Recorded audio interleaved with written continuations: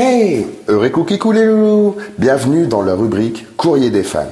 Alors cette semaine, nous avons un courrier de Nadine, 42 ans, mère au foyer. Alors Nadine me demande pourquoi l'emblème de la France est le coq. Merci pour cette question Nadine. Alors c'est vrai, le coq, on le voit partout, on le voit même sur le maillot de l'équipe de France, mais pourquoi un coq?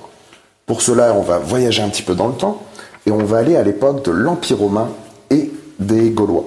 Alors, je vous rappelle un petit peu le contexte. L'Empire romain, en la personne de Jules César, a annexé une bonne partie du monde connu et un Gaulois résiste encore et toujours à l'envahisseur. Cette phrase, j'ai déjà entendu quelque part.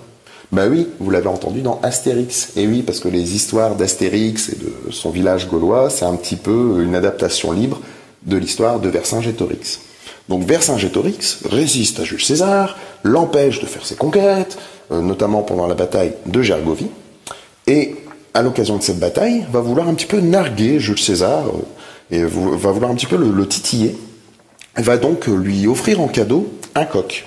Alors pourquoi un coq? Parce qu'à l'époque, pour les Français, c'était un peu le symbole de l'agressivité, de la hargne, de l'orgueil, de la combativité bien française, et aussi le symbole des plumes, mais ça n'a rien à voir avec l'histoire, alors on va passer. Donc Jules César fait quoi? Il me provoque, je vais me le faire. Enfin bon, il dit pas forcément comme ça, hein, il le dit en latin aussi, mais bon, je parle pas latin, alors vous ferez avec. Du coup, il va vouloir, en retour, lui offrir un présent. Il va lui offrir donc une invitation à une cena. Qu'est-ce qu'une cena? C'était un peu un dîner romain à l'époque, ambiance, tout ça, avec du vin. Alors du coup, Vercingétorix, qu'est-ce qu'il fait? Il va à cette invitation, peur de rien le garçon, et on lui offre à dîner le coq qui a été offert.